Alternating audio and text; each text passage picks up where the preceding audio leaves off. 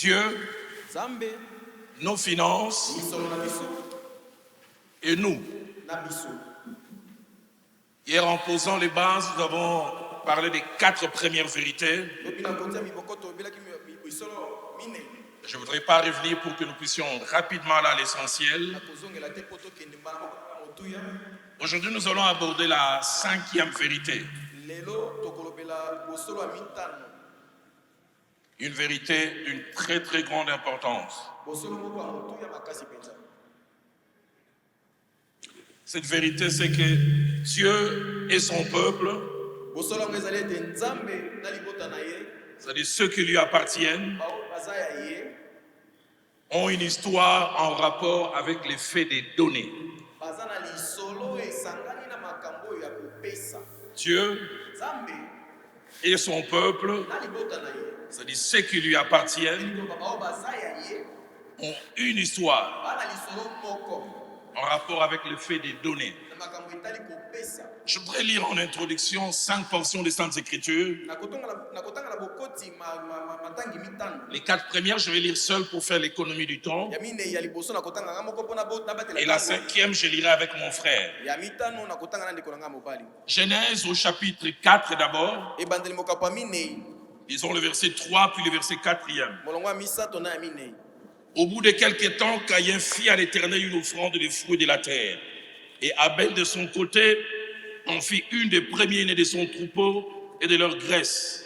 L'Éternel porta un regard favorable sur Abel et sur son offrande. Je vais même jusqu'au verset 5e, mais il ne porta pas un regard favorable sur Caïn et sur son offrande. Deuxième passage que nous lisons, Genèse au chapitre 8. Ebandeli mokapo mwambe.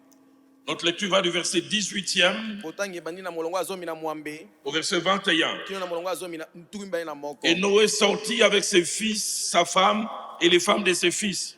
Tous les animaux, tous les reptiles, tous les oiseaux, tous ceux qui se meuvent sur la terre, selon leur espèce, sortirent des l'arche. Noé bâtit un autel à l'Éternel et prit de toutes les bêtes pures et de tous les oiseaux purs, et il offrit des holocaustes sur l'autel. L'Éternel sentit une odeur agréable. Et l'Éternel dit en son cœur, je ne maudirai plus la terre à cause de l'homme, parce que les pensées du cœur de l'homme sont mauvaises dès sa jeunesse. Je ne frapperai plus tout ce qui est vivant, comme je l'ai fait. Troisième portion, Genèse chapitre 14. Ebandeli mokapo zomi na mine. Notre lecture va du verset 14 au verset 20e. Litangi na biso ebandi na molongwa zomi na mine kino na tuku mibale. Dès qu'Abram eut appris que son frère avait été fait prisonnier, il arma 318 de ses plus braves serviteurs, nés dans sa maison, et il poursuivit les rois jusqu'à Dan. Il divisa sa troupe pour les attaquer de nuit, lui et ses serviteurs. Il les battit, il les poursuivit jusqu'à Shoba, qui est à la gauche de Damas. Il ramena toutes les richesses, il ramena aussi Lot, son frère, avec ses biens, ainsi que les femmes et le peuple.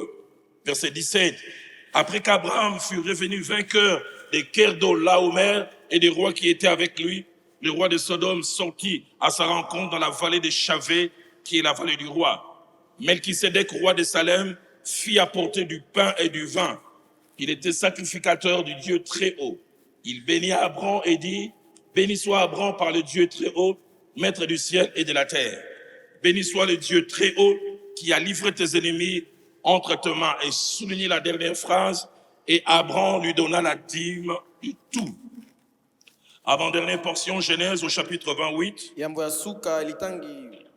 Nous lisons en 2 temps, Tokotanga ngomba mibale. du verset 10 au verset 16, Ebanda na molongwa zomi tina zomi na et motoba. puis du verset 20 au verset 22. Pe tokopumbwa toke na molongwa tuku mibale tina tuku mibale na mibale. Jacob partit de Beersheba et s'en alla à Charan.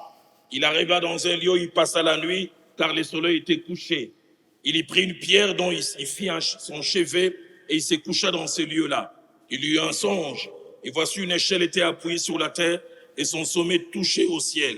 Et voici les anges de Dieu montaient et descendaient par cette échelle. Et voici l'Éternel se tenait au-dessus d'elle et dit, je suis l'Éternel, le Dieu d'Abraham, ton père, le Dieu d'Isaac.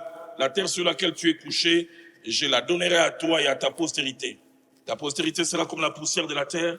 Tu t'étendras à l'Occident et à l'Orient, au septentrion et au Midi, et toutes les familles de la terre seront bénies en toi et en ta postérité. Voici, je suis avec toi, je te garderai partout où tu iras, et je te ramènerai dans ces pays, car je ne t'abandonnerai point, que je n'ai exécuté ce que je t'ai dit.